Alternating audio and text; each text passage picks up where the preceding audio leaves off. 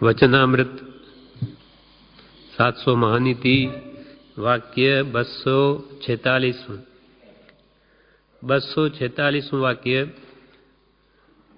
आत्म परात्म સમાન માનું।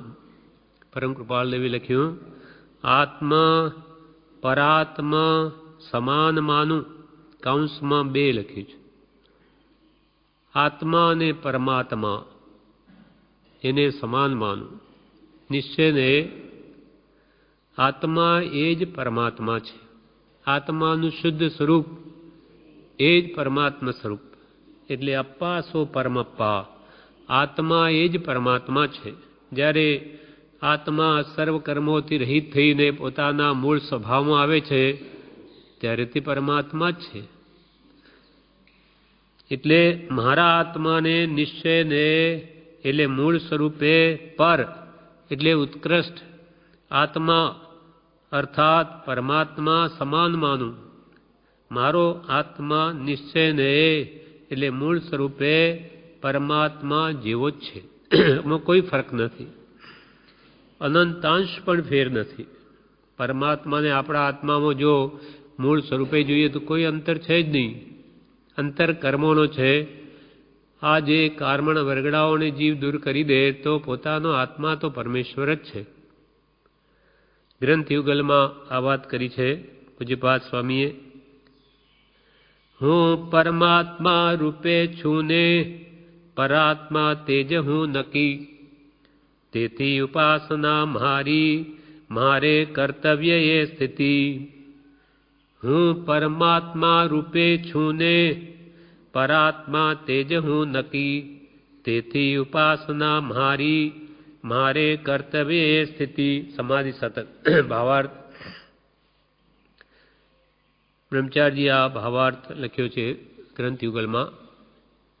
તેમાં કહ્યું સદગુરુની ઉપાસના કરી સદગુરુ કૃપારૂપ છેવટની પરમાત્મ દશા પ્રાપ્ત કરવાની કૂંચી જેણે પ્રાપ્ત કરી તથા તેને આધારે પરમાત્મ દર્શન પ્રાપ્ત કર્યું, તેને હવે સ્વાવલંબનથી આગળ વધવાનો માર્ગ કે પરમાત્મ પદમાં ભેદભાવની ઉપાસના કેમ કરવી તે કહે છે।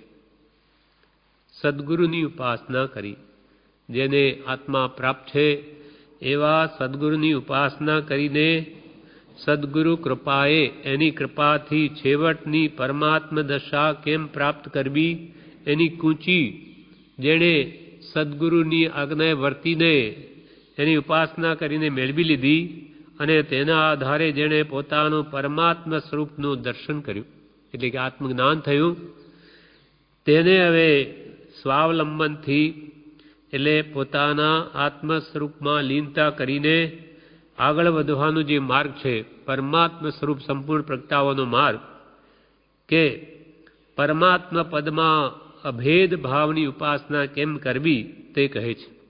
સમ્યક દૃષ્ટિ થયા પછી આત્મા અને પરાત્માનું એક રૂપ થઈ જવું તે પરાભક્તિની છેવટની હદ છે। એટલે આત્મા એ જ પરમાત્મા, પરમાત્મા એ જ આત્મા, અથવા હું એ પરમાત્મા, પરમાત્મા એ જ હું, એવી અભેદતા આવે છે। એટલે સદગુરુની ઉપાસના કરીને જેણે પરમાત્મા દર્શન પ્રાપ્ત કર્યું તેને હવે સ્વાવલંબનથી પોતાના આલંબનથી આગળ વધવાનો માર્ગ કે પરમાત્મા પદમાં ભેદભાવની ઉપાસના કેમ કરવી તે કહે છે। સદગુરુની આજ્ઞા આરાધતા આટલી હદ સુધી જે શિષ્ય આવ્યો છે તે જ પરમાત્મા સાથે ભેદભાવ આરાધે છે। આજ્ઞા આરાધતા અર્થાત જે આત્મજ્ઞાન પામ્યો, સમ્યક દ્રષ્ટિ જેની ખુલી ગઈ તે જ આત્મા પરમાત્મા સાથે અભેદ થઈ શકે છે। હું પરમાત્મા છું એમ માનવામાં પ્રકાશવામાં તેને કંઈ માનની પ્રેરણા નથી। જેમ કે પરમ કૃપાળુ દેવ એમ કહે કે અમે પરમાત્મ સ્વરૂપ થયા છીએ અથવા અહમ બ્રહ્માસ્મિ, તો એ કંઈ માનની પ્રેરણાથી નથી, માન મોટાઈ બતાવવા માટે નથી કહ્યું, એવી દશા થઈ છે। એવી કારુણ્ય વૃત્તિથી જીવોની કારુણ્ય આ હૃદય પ્રદર્શિત કરવાની પ્રેરણા કરે છે. એટલે કે અમે આ લખ્યું એમ અહીંયા કે છે, હું પરમાત્મા છું એમ માનવામાં, પ્રકાશવામાં તેને માનની પ્રેરણા નથી. કારણ કે ભક્તિ માર્ગ માન મૂકવાનો માર્ગ છે. ભક્તિ માર્ગે જે ગુરુની આરાધના કરીને આગળ વધ્યો એને માનની સંભાવના નથી. કેમ કે ભક્તિ માર્ગનો સ્વચ્છંદ ને અહંકાર બે ગળે છે. ત્યાં અહંભાવનું દર્શન થતું નથી ભક્તિ માર્ગમાં, પણ સાચા સ્વરૂપનું જ દર્શન અટલ રહે છે. અર્થાત જે પરમાત્મા છે તે જ હું છું અને જે હું છું તે જ પરમાત્મા છે. કેમ કે સર્વ જીવ છે સિદ્ધસમ, બધા જીવો એક સરખા, બધા જ પરમાત્મા સમાન જ છે દરેક જીવ. એટલે જેને એ પરમાત્મા સ્વરૂપ પ્રગટ્યું તેમ કહી શકે કે જે પરમાત્મા છે તે જ હું છું અને હું છું તે જ પરમાત્મા છે. હવે મારે મારી જ ઉપાસના કર્તવ્ય છે, બીજાની ઉપાસનાની જરૂર નથી. આવી સ્થિતિ કે દશા જે મહાત્માની પ્રગટ થઈ છે તે વંદનીય છે, સત્કારવા યોગ્ય છે, ભક્તિ કરવા યોગ્ય છે. જેમ કે પરમ કૃપાળુ દેવે કહ્યું કે હે કૃપાળુ 680માં પત્રમાં, હે કૃપાળુ તારા અભેદ સ્વરૂપમાં જ મારો નિવાસ છે. તારા અભેદ સ્વરૂપ, તું ને હું બે અભેદ થઈ ગયા. તારા અભેદ સ્વરૂપમાં જ મારો નિવાસ છે. હવે તો લેવા દેવાની કડાકૂટથી પણ છૂટા થયા છીએ. તો હે નાથ, તું તુષ્ટમાન થઈને પણ બીજું શું આપવાનો હતો? જે તારી પરમાત્મા સ્વરૂપમય દશા તે તો અમને પ્રગટ થઈ છે.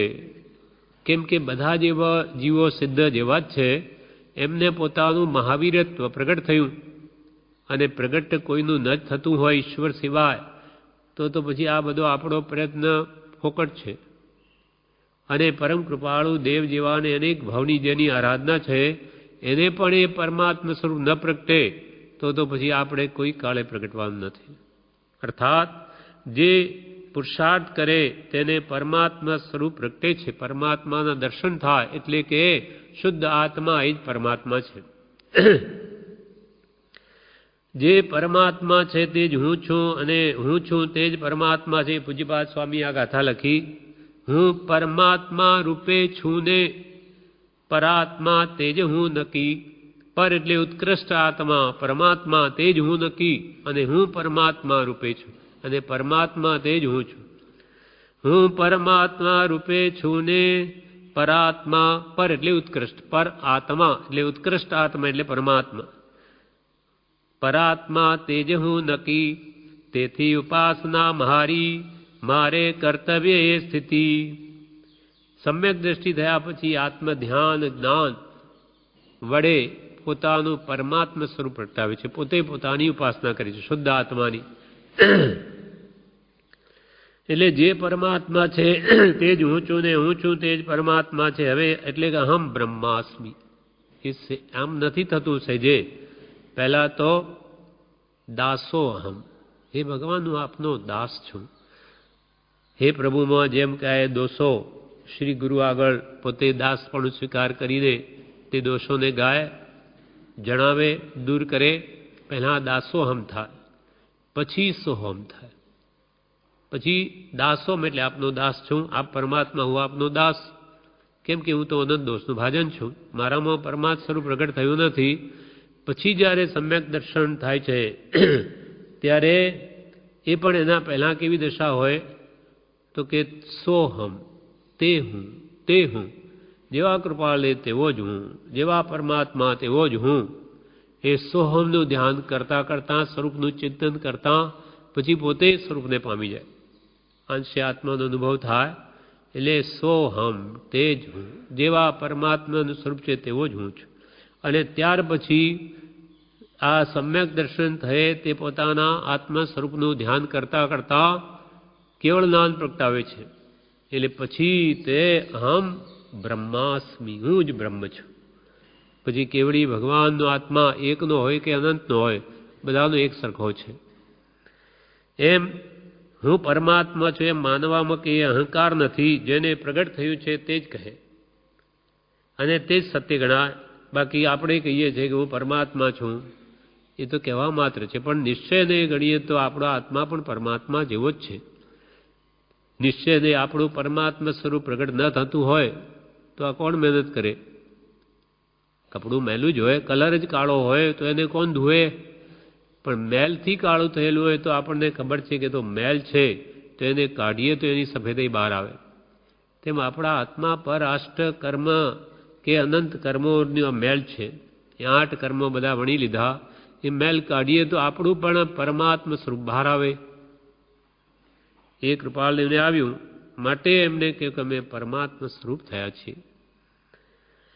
જે હવે મારે મારી જ ઉપાસના કર્તવ્ય છે, બીજાની ઉપાસનાની જરૂર નથી. આવી સ્થિતિ જે કે દશા જે મહાત્માની પ્રગટ થઈ છે તે વંદનીય છે, તે વંદન કરવા લાયક છે, સત્કારવા લાયક છે, અથવા તે મહાત્મા ભક્તિ કરવા યોગ્ય છે, એની ભક્તિ કરવા યોગ્ય છે કે જે પરમાત્મ સ્વરૂપ જેને પ્રગટ્યું છે.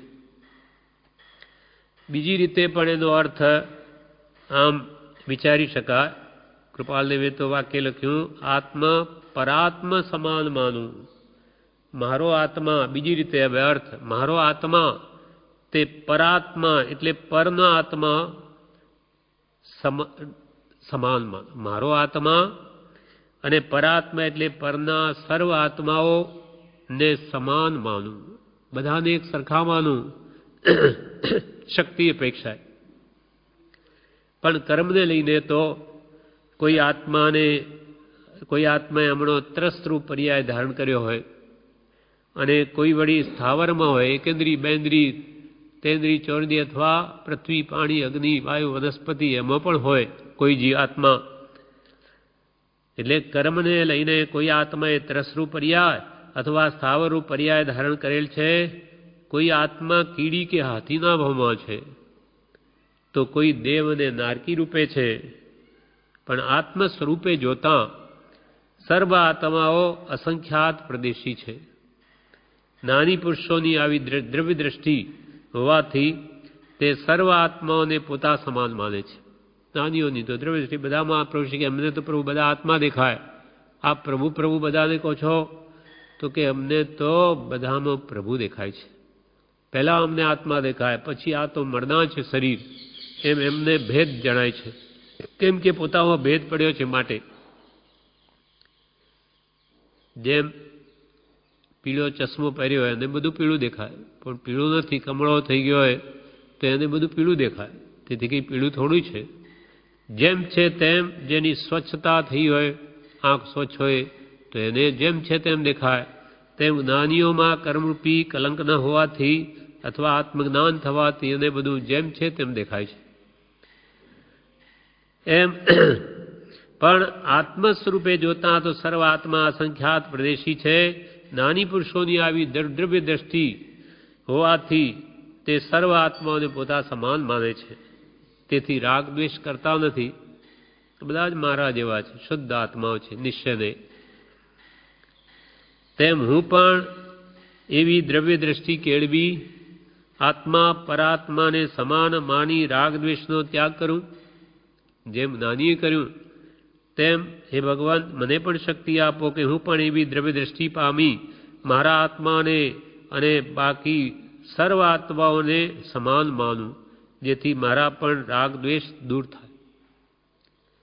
એટલે કૃપાળદેવેનું વાક્ય છે, આત્મા પરાત્મા સમાન માનું, આત્મા અને પરમાત્માને સમાન માનું. એ તો નિશ્ચયને મારો આત્મા એ પરમાત્મા જેવો છે. અથવા આત્માને પર આત્મા, પર એટલે બીજા આત્માઓ, અથવા પર એટલે શ્રેષ્ઠ આત્મા એ પરમાત્મા. બે અર્થ થાય એમાં. પર એટલે ઉત્કૃષ્ટ અને પર એટલે પર બીજા આત્માઓ. એટલે કાં તો મારો આત્મા પર એટલે ઉત્કૃષ્ટ પરમાત્મા સમાન માનું મારા આત્માને નિશ્ચયને, કાં મારો આત્મા ને પર આત્મા બીજા બધા આત્માઓ ને પણ સમાન માનું, જેમ જ્ઞાનીઓ માને છે તેમ. આ પ્રમાણે આ વાક્ય પૂરું થયું. હવે વાક્ય 247. લીધો ત્યાગ ત્યાગવું નહીં. કૃપાલ કે લીધો ત્યાગ ત્યાગવું નહીં. જે વસ્તુનો ત્યાગ કરી લીધો તેને ફરીથી પ્રાણ જતાં પણ ન ઈચ્છું. ગમે તેટલી મુશ્કેલી આવે પણ ત્યાગનો ત્યાગ ન કરો. જે ત્યાગ સત્પુરુષની આજ્ઞાએ લીધો તે ત્યાગનો જ ત્યાગ ન કરું. કેમ કે લીધો ત્યાગ ત્યાગવું નહીં. રાજાની આજ્ઞા ભંગ કરે તો તેને રાજા પણ દંડ આપે છે. તેમ સતદેવ કે સદગુરુની આજ્ઞાનો ભંગ કરે તો તેને મહાન દંડ પ્રાપ્ત થાય છે. એક સામાન્ય વ્યક્તિ બોલે ને એક ત્રણ લોકના નાથની આજ્ઞા માન્ય ન કરે તો એનો દંડ પણ મહાન હોય છે. તેનું ફળ ચાર ગતિમાં ઘણા દુઃખો ભોગવા રૂપ આપશે. એમ જાણીને લીધેલ ત્યાગનો ત્યાગ ન કરું. ત્યાગ લેતા પહેલાં જ પૂરો વિચાર કરું કે મારી યોગ્યતા કેટલી છે તે પ્રમાણે લઉં, પણ લીધા પછી તે ત્યાગનો ત્યાગ ન કરું. પણ લીધેલ ત્યાગનું મહાત્મ્ય સમજી તેમાં દ્રઢત્વ કરું, એમાં દ્રઢતા જ કરું. કૃપાલદેવ વચનામૃતમાં જણાવે છે 5757 ઉપર તેમાં કે છે 193મી કલમથી લગાવીને 198 સુધી 193મી કલમમાં કે છે તીર્થંકર જેવા પણ સંસાર પક્ષે વિશેષ સમૃદ્ધિના ધણી હતા, છતાં તેમને પણ ત્યાગ કરવાની જરૂર પડી હતી. તો પછી અન્ય જીવોને તેમ કરવા સિવાય છૂટકો નથી. તીર્થંકર હવે એમને શું કમી? સંસાર પક્ષે વિશેષ સમૃદ્ધિના ધણી, જેને 64 ઇન્દ્રો જેના સેવક છે, લાખો દેવો જેના દાસ છે, નરેન્દ્ર એટલે નરોના ઇન્દ્ર એટલે ચક્રવર્તીઓ એ પણ જેના સેવક છે, 3 લોકના નાથ છે. એવી રિદ્ધિ જેને પ્રાપ્ત હોવા છતાં એમને પણ ત્યાગ કરવાની જરૂર પડી હતી. કેમ તો ન ત્યાગે તો આ બધી રિદ્ધિ તો થોડા વખત માટે જ, એ પુણ્ય પૂરું થયું કે એ નહીં, પણ એમને તો શાશ્વત સુખ જોઈએ છે, આત્મરિદ્ધિ જોઈએ છે કે જેનો કદી પણ વિયોગ ન થાય. એટલે આટલી બધી સમૃદ્ધિ હોવા છતાં પણ ભગવાન તીર્થંકરોએ ઘર ત્યાગી દીધું. કેમ કે આ સંસારમાં સુખ છે જ નહીં. જો ભવવાસ વિશે સુખ હો તો તીર્થંકર ક્યું ત્યાગે, કાહે કો શિવ સાધન કરતે સંયમ સોય અનુરાગે. જો ભવવાસ, ભવ એટલે સંસારમાં વાસ કરનારા પ્રાણીઓ જો સુખી જ હોત તો પછી તીર્થંકર ક્યું ત્યાગે? સર્વોત્કૃષ્ટ પુણ્ય તીર્થંકરોનું હોય, એમને કોઈ જાતની કમી નથી, તો ક્યું ત્યાગે? જો ભવવાસ વિશે સુખ હો તો તીર્થંકર ક્યું ત્યાગે, કાહે કો શિવ સાધન કરતે સંયમ સો અનુરાગે. શિવ એટલે મોક્ષનું સાધન શા માટે કરે ને સંયમથી અનુરાગ શા માટે કરે? કેમ કે આ બધું ક્ષણિક છે. ત્રિવિધ તાપાગ્નિથી 14 રાજલોક પ્રજ્વલિત છે, આદિ વ્યાધિને ઉપાધિ. આપણને સુખ ભાસે તો એ જ્ઞાન છે. ઊંડાણમાં જાય તો એને સમજાય કે સવારથી સાંજ સુધી કેટલી માનસિક પીડા, ઈચ્છાઓનું દુઃખ ભોગવું છું, કે વ્યવહારની ઉપાધિ કે કુટુંબની ભોગવું, ઝીણવટથી વિચારે તો એને સમજાયું છે. પણ એ દર્શનમાં બળવાન છે કે જે એને આ સાચી વાત સમજણમાં જ આવવા દેતો નથી. મિથ્યાત્વ એને ઉલટું સમજાવે. જ્યાં સુખ છે ત્યાં દુઃખ મનાવે, અને જ્યાં દુઃખ છે ત્યાં સુખ મનાવે. એ દર્શન મોની કર્મનો બળ છે. એટલે કૃપાલદેવે લખ્યું અનંત દુઃખ નામ સુખ, અનંત સુખ નામ દુઃખ, ત્યાં રહી ન મિત્રતા. અનંત દુઃખ નામ સુખ, પ્રેમ ત્યાં વિચિત્રતા. ઉઘાડ ન્યાય નેત્રને નિહાળ રે નિહાળ તો, નિવૃત્તિ શીઘ્રમેવ ધારી તે પ્રવર્તિ બાળતું. બાળતું કૃપાલદેવ કેવા શબ્દ વાપર્યા. નિવૃત્તિ શીઘ્રમેવ ધારી, તે આ આરંભ પરિગ્રહની અનંત કર્મ ઉપાર્જન કરાવનારી પ્રવૃત્તિને તું બાળી નાખ. છોડી દે એમ નહીં, બાળીને ભસ્મ કરી દે, એટલે કે એનો અંશ પણ રાખમાં. કેમ કે ગમે એટલા વખતનો લાંબો વૈરાગી ઉપશમ હોય તો એને ક્ષણમાં નષ્ટ કરી દે એવા આરંભ પરિગ્રહ છે. વૈરાગની ઉપશમના કાળ છે. કાળ આવે તો કે એને મારી નાખે, તેમાં જીવની ઘણા લાંબા વખતની સદવૃત્તિઓને પણ ભ્રષ્ટ કરી દે. અને માણસનું મન જો આરંભ પરિગ્રહમાં જ સંલગ્ન હોય તો એ આત્મા સંબંધી વિચારોને ક્યાં સ્થિર કરે. કબીરા મન તો એક હૈ, ચાહે जिधर लगा, चाहे गुरु की भक्ति कर, चाहे विषय कमा. વિષયો માટે ધન કમા. શા માટે ધન કમાય? વિષયો માટે. હવે મન તો એક છે.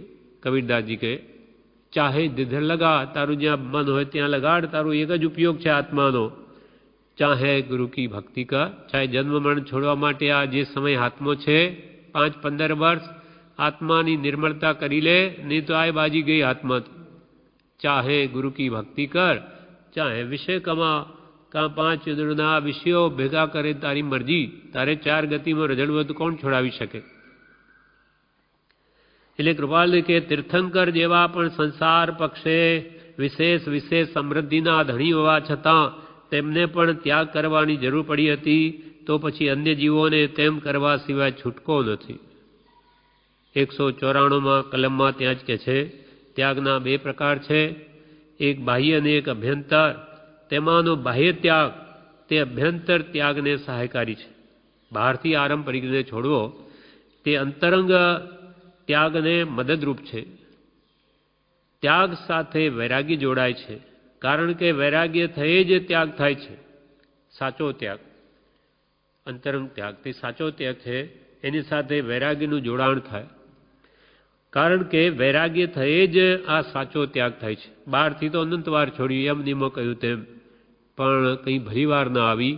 અંતરંગમાંથી આસક્તિને તોડવા સાથે અંતરનો સાચો વૈરાગી જોઈએ. 195મી કલમમાં કહે જીવ એમ માને છે કે હું કંઈક સમજું છું. મને જ્યારે ત્યાગ કરવા અને જ્યારે ત્યાગ કરવા ધારીશ ત્યારે એકદમ ત્યાગ કરી શકીશ, પરંતુ તે માનવું ભૂલ ભરેલું થાય છે. કૃપાલ કે જીવ એમ સમજે છે કે હું કંઈક સમજું છું અને મને તો ખબર છે જ્યારે હું નક્કી કરીશ ને બધું છોડી દઈશ, એમ જીવ વિચારે છે. કૃપાલ કે હું એકદમ ત્યાગ કરી શકીશ, પરંતુ કૃપાલ કે એનું માનવું ભૂલ ભરેલું છે. એનું એમ માનવું જ્યાં સુધી એવો પ્રસંગ ના આવ્યો ત્યાં સુધી પોતાનું જોર રહે છે. જ્યારે એવો વખત આવે છે ત્યારે શિથિલ પરિણામી થઈ મોડો પડે છે. ખરેખર કે ભાઈ હવે છોડવું છે તો વિચારવો પડી જાય, શું છોડવું પડશે?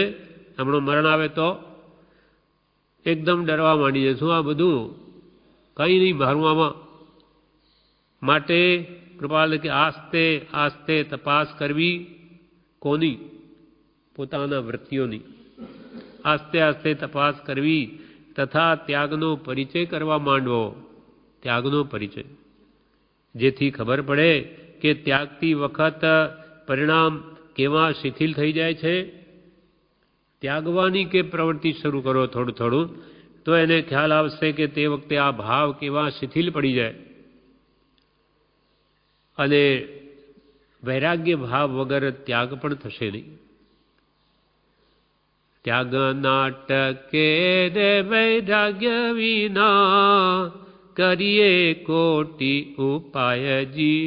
કારણ અંતર ઊંડી ઈચ્છા ઘણી તે કેમ કરીને તજાયજી. ત્યાગ નાટકે રે વૈરાગ્ય વિના. સાચો અંતરંગ ત્યાગ વૈરાગ્ય વગર નહીં ટકે.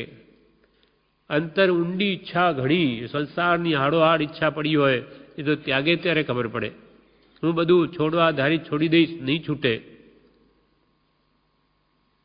અને ઉપરથી કરે તો ઉપર વેસય છો બન્યો माही मोह भरपुरजी वणस्यो रे वर्णाश्रम थकी अंते करसे अनर्थजी त्याग नाटके रे वैराग्य विना। ઉપર વેશ અચ્છો બન્યો, ઉપરથી મુનિપણું લઈ લે, બ્રહ્મચારી થઈ જાય, અથવા શ્રાવકના વ્રત લઈને ધર્માત્મા કેવડાવે, પણ અંદર ઊંડી ઈચ્છા ઘણી તે કેમ કરીને તજાયજી? એટલે પહેલાં તમારું કે અંતર તપાસો, અંદરમાં શું પડ્યું છે? તો કે બધો મોહ જ છે, તો એને સમજી સમજીને પહેલાં કાઢો. બહારથી દુનિયાને બતાવવાનું કરોમાં એમાં તમારું કલ્યાણ નથી. કેમ કે શુભાશુભ પરિણામની ધારા ઉપર બંધ મોક્ષની વ્યવસ્થા છે, શારીરિક ચેષ્ટા પ્રમાણે નથી. એકવાર બધાએ કૃપાલદેવ જે બંડીવાળો એમનો ફોટો છે ને, ખંભાતમાં બધા બંડીઓ પહેરીને આવ્યા. પેલો બંડીવાળો આમ જોઈએ છે ને આડી મુદ્રા, એટલે બધા મોક્ષો એવું સીવડાવીને આવ્યા. ત્યારે કૃપાલદેવ શું કહે, એવું કરવાનું નથી. એટલે તમે આ બંડી સીવડાવી લીધી, તેથી અંતરંગ પરિણામ આવી જાય ભાવ એવા. અંતર શુદ્ધિ લાવો પહેલાં. એટલે જ્ઞાની કરે તેમ કરવાનું નથી, કહે તેમ કરવાનું છે. એમ અહીંયા કહ્યું કે માટે આસ્તે આસ્તે તપાસ કરવી તથા ત્યાગનો પરિચય કરવા માંડવો, જેથી ખબર પડે કે ત્યાગતી વખત પરિણામ કેવા શિથિલ થઈ જાય છે. 196માં કૃપાલદેવ કહે કલમ, આંખ જીભાદી ઇન્દ્રિયોની એક એક આંગળ જેટલી જગો જીતવી જેને મુશ્કેલ થઈ પડે છે અથવા જીતવું અસંભવિત થઈ પડે છે, તેને મોટું પરાક્રમ કરવાનું અથવા મોટું ક્ષેત્ર જીતવાનું કામ સોંપ્યું હોય તો તે શી રીતે બની શકે? આંખથી જોઈ જોઈને રાગ કરે, મોહ કરે, એ પણ છૂટતો નથી. જ્યાં નજર પડે ત્યાં રાગ દ્વેષ થાય છે. જીભના સ્વાદો, આંખ જીભ આદિ ઇન્દ્રિયોની એક એક આંગળ જેટલી જગો જીતવી તે જીવને મુશ્કેલ થઈ પડે છે, આકરું પડે છે, અથવા જીતવું અસંભવિત થઈ પડે છે. તેને મોટું પરાક્રમ કરવાનું અથવા મોટું ક્ષેત્ર જીતવાનું કામ સોંપ્યું હોય તો શી રીતે બને? એકદમ ત્યાગ કરવાનો વખત આવે ત્યારની વાત ત્યારે કોઈ કે હું બધું છોડી દઈશ, જ્યારે મને નક્કી કરીશ ને બધું છોડી દઈશ, તો કે એ વાત જવા દો હમણાં. એવા વખત આવે ત્યારે, એકદમ ત્યાગ કરવાનો વખત આવે ત્યારની વાત ત્યારે એ વિચાર તરફ લક્ષ્ય રાખી હાલ તો આસ્તે આસ્તે ત્યાગની કસરત કરવાની છે. આશ્રમમાં રહેવું હોય તો એકદમ 12 મહિના હું તો બસ બધું છોડીને આવી જાય, અને પછી થાય કે આપણે આ શું કર્યું? પહેલાં 2 મહિના રહો, 4 મહિના રહો, 8 મહિના રહો, 12 મહિના રહો, આપણું મન કેવું રહે છે? પછી આપણને લાગે કે આમાં તો પરમાનંદ છે, અને પછી જો ખરેખર આમાં આનંદ આવે તો એને બહારનું ગમે જ નહીં. પણ પહેલાંથી જો એકદમ મૂકી દે તો પછી ભારે પડી જાય, પછી ઉઠતો ત્યાગનો જ ત્યાગ થઈ જાય, અર્થાત અરુચિ આવી જાય એના પ્રત્યે. એવું ન થવું જોઈએ. એટલે ધીમે ધીમે આપણો અભ્યાસ કરી આપણી શક્તિ જોઈને આગળ વધવું. એ વિચાર તરફ લક્ષ્ય રાખી એકદમ ત્યાગ કરવાનો વખત આવે ત્યારની વાત ત્યારે એ વિચાર તરફ લક્ષ્ય રાખી હાલ તો આસ્તે આસ્તે ત્યાગની કસરત કરવાની જરૂર છે. તેમાં પણ શરીર અને શરીર સાથે સંબંધ રાખતા સગા સંબંધીઓના સંબંધમાં પ્રથમ અજમાઈશ કરવી. પહેલામાં પહેલો ત્યાગ કોની સાથે કરવો? શરીરનો. શરીર સાથે જે વિશેષ સગવડો જોઈએ, આના વગર નહીં ચાલે, ફલાણા નહીં ચાલે, એ પહેલાં ઘટાડે. અને પછી શરીર સાથે સંબંધ રાખતા સગા સંબંધીઓના સંબંધમાં પ્રથમ અજમાઈશ કરવી. કુટુંબીઓ, એની સાથેનો મોહ છૂટે છે કે નહીં? કે ભાઈ એ તો કેમ છૂટે? તો અભ્યાસ કરો. છોડ્યા વગર પ્રભુશ્રીએ છૂટકો નથી. તેમાં શરીર અને શરીર સાથે સંબંધ રાખતા સગા સંબંધીઓના સંબંધમાં પ્રથમ અજમાઈશ કરવી. આ જીવને એવો મોહ હોય છે, પોતાના પુત્ર મોટા થઈ ગયા, કમાવતા લાગી ગયા, હવે એની જરૂર નથી આપણે ત્યાં, તો એના જે દીકરાઓ હોય એની સાથે એવો મોહ કરી દે. એવા કેટલાકને સાંભળ્યા છે, આપણે અહીંયા આવે છે જ, કે બીજું કંઈ નહીં પણ મારા છોકરાનો છોકરો છે ને એ રાત દાડો મારી પાસે જ રહે, એટલે મારા આખો દાડો એ યાદ આવ્યા કરે કે એ કેવી રીતે બિચારો શું કરતો હશે, એટલે એ મોહ છૂટતો નથી. કોઈ છોકરીની વાત કરે કે મારા છોકરાની છોકરી બહુ નાની, એ તો મારી પાસે જ રહે, એટલે હવે હું અહીંયા આવી છું તો એનું શું થતું હશે. એમ આ જીવને હવે પુત્રનું પત્યું તો હવે એના પુત્રનું ચાલુ થયું. એમ રાગ જ્યાં કરવો એને અનેક કારણો છે, ક્યાં ને ક્યાં આ જીવ ખડી રહે છે. એટલે કે આવી રીતે આ બધા મોહ તો ધીમે ધીમે છોડવાના અભ્યાસ કરવા જોઈએ, નહીં તો કે આપોઆપ ત્યાગ ના આવે અને આ વખત તો જતો રહેશે. મનુષ્ય આયુષ્ય તો પૂરું થઈ જશે, પછી આ છોકરા કે પોતરા કોઈ હાથ રાખવા ના આવે ક્યાંય જેને આપણે પડ્યા હોઈએ તો. તેમાં પણ શરીર અને શરીર સાથે સંબંધ રાખતા સગા સંબંધીઓના સંબંધમાં પ્રથમ અજમાઈશ કરવી, અને શરીરમાં પણ આંખ, જીભ અને ઉપસ્થ એ 3 ઇન્દ્રિયોના વિષયના દેશે દેશે ત્યાગ તરફ પ્રથમ જોડાણ કરાવવાનું છે, અને તેના અભ્યાસથી એકદમ ત્યાગ સુગમતાવાળો થઈ પડે છે.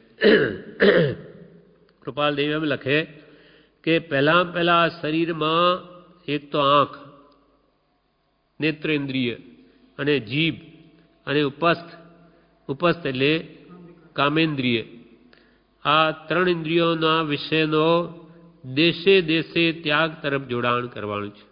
ધીમે ધીમે જો ત્યાં રાગ થાય છે તો એ મોહ કેમ ઘટે? સત્પુરુષના બોધના આધારે વિચારી વિચારીને મોહ તોડવો, જીભની આસક્તિ ઘટાડવી સ્વાદની, અને ઉપસ્થ એટલે કામેન્દ્રિયના વિષયને પણ ઘટાડવો. આમ દેશે દેશે ત્યાગ તરફ જોડાણ કરાવવાનું છે, અને તેના અભ્યાસથી ત્યાગ એકદમ સુગમતા વાળો થઈ પડે છે. એના પર એક દ્રષ્ટાંત છે. એક વેશ્યાનું મળદું શમશાનમાં પડેલું હતું. ત્યાં થઈને મહાત્મા વિહાર કરીને જતા હતા. એ ત્યાં 2 મિનિટ ઊભા છે, એટલામાં ત્યાં એક કામી પુરુષ આવ્યો, એ પણ ત્યાં ઊભો છે, અને ત્યાં એક કૂતરું આવ્યું, તે પણ ઊભું છે. એ 3 જણ જુદા જુદા વિચાર કરે છે. મુનિ વિચારે છે કે ઓહો, આ વેશ્યાએ અમૂલ્ય માનવદેહ મળ્યો, વૃથા ખોઈ દીધો, અને સંસાર વધારીને આત્મા અહીંયાથી ગયો, છેવટે આ સ્થિતિ થઈ. જ્યારે કામી શું વિચારે છે કે આ વેશ્યા મરી ગઈ, જો જીવતી હોત તો હું એનો સંગ કરત, એવી રીતે કામ વિકારાના વિચાર કરે છે. ત્યાં કૂતરું શું વિચારે છે કે આ 2 જણા ક્યારે અહીંયાથી ખસે કે હું આ મરદાને જઈને ખાઉં. એને જીભનો વિષય ત્યાં જોઈને એની આસક્તિ થઈ કે આ મરદાને ખાઉં. કામીને એને ઉપસ્થ કામેન્દ્રીને લઈને એના પ્રત્યે રાગ થયો, અને સત્પુરુષે મુનિએ તો એનું આ આંખ વડે એનું શબ્દ જોઈને એવો વિચાર આવ્યો કે ઓહો, જીવન બધું ભ્રષ્ટ કરી દીધું. એમ કૃપાલ કે શરીરમાં પણ આંખ, જીભ અને ઉપસ્થ એ 3 ઇન્દ્રિયોના વિષયના દેશે દેશે ત્યાગ તરફ, દેશે એટલે અંશે અંશે ત્યાગ તરફ પ્રથમ જોડાણ કરાવવાનું છે, અને તેના અભ્યાસથી આ 3નો અભ્યાસ તો થઈ જશે. નેત્રેન્દ્રિય, જીવા અને ઉપસ્થ તો કે છે બીજો ત્યાગ એકદમ સુગમતાવાળો થઈ પડશે. 197માં કલમમાં કે છે, હાલ તપાસ દાખલ અંશે અંશે જેટલો ત્યાગ કરવો, તેમાં પણ મોળાશ ન રાખવી, બહુ ઢીલાશ નહીં રાખવી કે ત્યાગમાં, તેમજ રૂઢીને અનુસરીને ત્યાગ કરવો એમ પણ નહીં કે ભાઈ રૂઢીમાં બધું આમાં માત્ર છોડવાનું દેખાવ માટે મોટા ભાગે હોય તો એવું પણ ન રાખવું, અને ત્યાગ મોળો પણ ન રાખવો. એટલે જે કંઈ ત્યાગ કરવો તે શિથિલપણા રહિત તથા બારી બારણા રહિત કરવો. જે કંઈ પણ ત્યાગ શક્તિ અનુસારે કરવો, અને તે પણ શિથિલપણા રહિત ત્યાગવું, તેને દ્રઢપણે વળગી રહેવું, તેમાં પછી શિથિલતા દોષ ન આણવા, અથવા બારી બારણા ન રાખવા. બારી બારણા એટલે છૂટો, છટકબારીઓ ન રાખવી, તેમાં બારી બારણા રહિત કરવો, અથવા બારી બારણા રાખવા જરૂર હોય તો તે પણ ચોક્કસ આકારમાં ખુલ્લી રીતે રાખવા, પણ એવા ન રાખવા કે તેનો અર્થ જ્યારે જેવો કરવો હોય તેવો થઈ શકે. એવા બારી બારણા ન રાખવા વ્રતમાં છૂટ કે જે વખતે જેવો અર્થ કરવો હોય તેવો થાય. એક મહારાજે કહ્યું કે અમે અહીંયા આવ્યા એટલે કંઈ વ્રત લો તો અમે તમારે ત્યાં આહાર વરીશું. તો કે આપો મહારાજ, નહીં તો કે અમે તો આહાર નહીં લઈએ. તો પછી જેવા ગુરુ જેવા ચેલા, ગુરુએ એવા નીકળ્યા કે ત્યાગ લેવો જ પડતો કે બીજા શ્રાવકોએ શું કહ્યું, એનો શ્રાવક કે ભાઈ આપો. પછી હાથ જોડ્યા તો પછી એ ગયા. તો કે ભલે ને મહારાજ કે ત્યાગ લેવો એ કંઈ અમારી શક્તિ તો શું કરીએ. એટલે મેં પણ કે એમ કર્યું, વચ્ચે આમ પોલાણ રાખેલું. એટલે ભલે ને કે મારે શું એનું એમના ઘરે રહ્યું. આવા ગુરુ ને આવા ચેલા.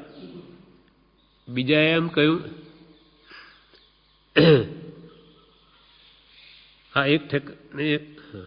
હા એટલે જ્યારે જેવી જરૂર પડે તેવો એનો અર્થ થાય એમ ન કરવું.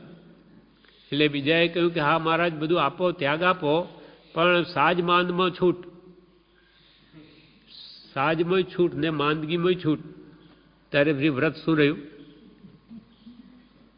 મહારાજ આપો ભલે પ્રતિજ્ઞા, પણ સાજમાંદમાં છૂટ છે મારે.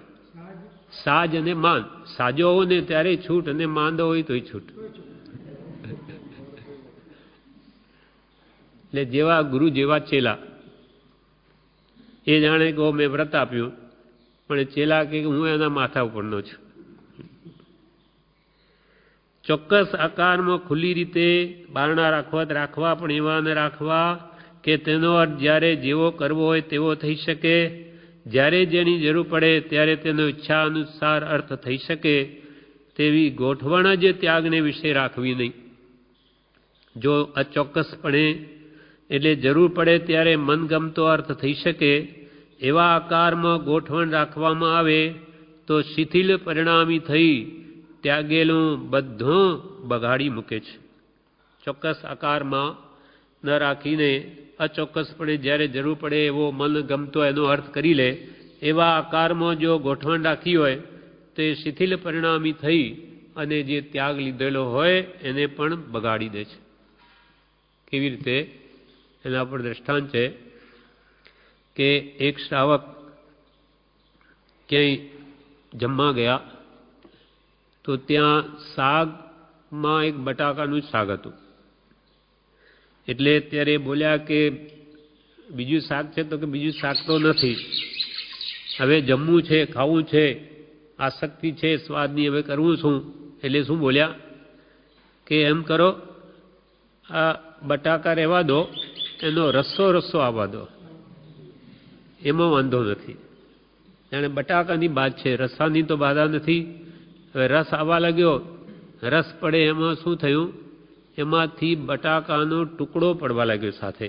એટલે પેલો રોકે છે, પેલો મૂકનાર, ત્યારે શું કહે, શિથિલતા કેમ ધીમે આગળ વધે કે કંઈ નહીં, આવું રડિયું ખડિયું આવે ને તો વાંધો નહીં.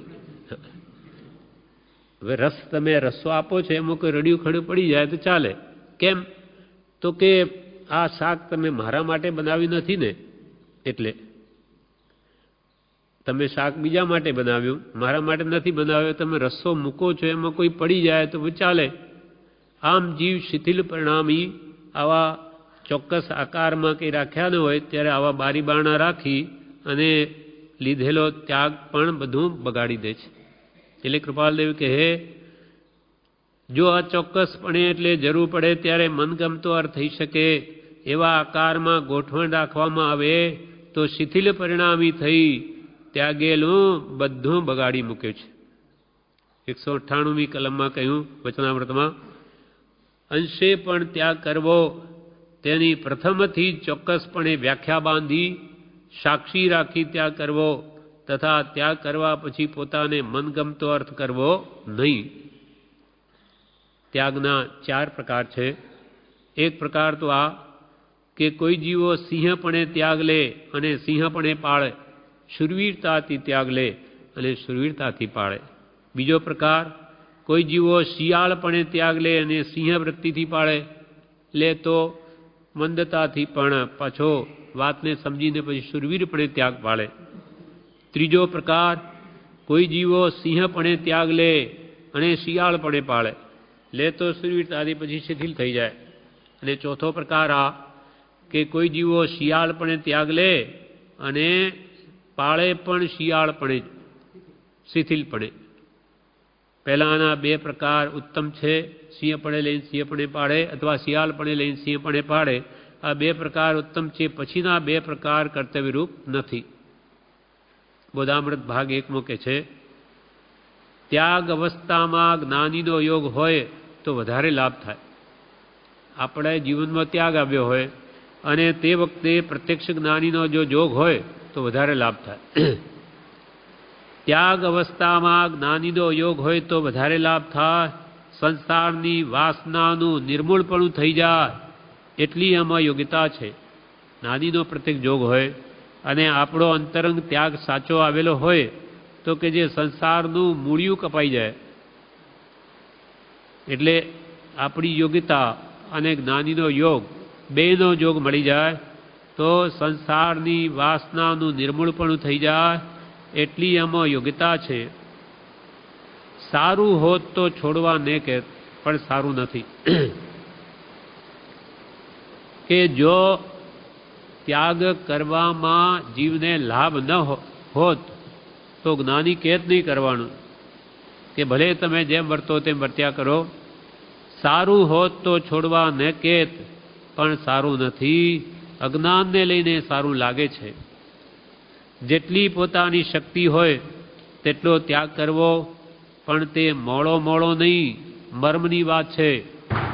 ત્યાગમાં સુખ છે એ જીવને સમજાયું નથી, ગ્રહણ કરવામાં સુખ માને છે. ખરું સુખ ત્યાગમાં છે પણ એને નથી સમજાયું. આ તો જેમ જેમ ગ્રહણ જ કર્યા કરે એટલે આખો દાડો એની ઉપાધિ વધ્યા જ કરે છે. કેમ કે એની અનાદિની પરિગ્રહ સંજ્ઞા છે. આહાર, ભય, મેથુન ને પરિગ્રહ. એટલે એને પરિગ્રહ જેમ વધે તેમ આનંદ થાય. પણ એની પલેવણા, એની સંભાળ, જેમ વસ્તુઓ વધારે આપણા ઘરમાં હોય તે કેટલી બધું કરવું પડે. એકદમ આવશ્યક વસ્તુઓ સિવાય રાખવું જ નહીં. નહીં તો એને સાફ કરો, ક્યાં મૂકો, જીવડા ઉત્પન્ન થાય. એટલે એમ કે છે કે ગ્રહણ કરવામાં જે સુખ માને છે પણ ખરું સુખ તો ત્યાગમાં છે, પણ એ જીવને સમજાયું નથી. ત્યાગમાં સુખ છે એનો મર્મ સમજાયો નથી. ત્યાગ કરે તો સુખ લાગે પણ ત્યાગનું નામ લેતા જ એને દુઃખ લાગે છે. કે આ બધું ત્યાગો તો કે ત્યાગે તો શું પણ એનું નામ લેતા એને દુઃખ લાગે. છોડવાની વાત કરે ગમે નહીં પણ ત્યાગનું નામ લેતા જ એને દુઃખ લાગે છે. ધર્મ નહીં કરે તો લક્ષ 84માં ભટકવાનું છે અને ધર્મ કરે તો કર્મ ક્ષય કરે તેવું છે. ધર્મ નહીં કરે તો શું થશે તો કે લક્ષ 84 લાખ જીવાયોનીમાં એને ભ્રમણ કરવાનું છે, ભટકવાનું છે, અનાદિથી ભટકે જ છે. અને ધર્મ કરે તો એ કર્મ ક્ષય કરે તેવું છે.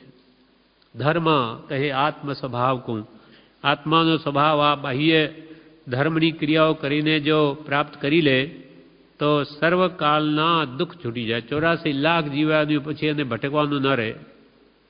એ તો કેટલું દુઃખ છે. આપણે એકવાર જન્મના, મરણના, વૃદ્ધાવસ્થાના, રોગના, શોકના, ચિંતાના, ઇષ્ટ વિયોગના, અનિષ્ટ સંયોગના એ બધા દુઃખો વિચારીએ તો ખબર પડે કે કેટલું દુઃખ આપણે ભોગવીએ છીએ. ને આવો અનંત કાળ સુધી એ જ કર્યું છે.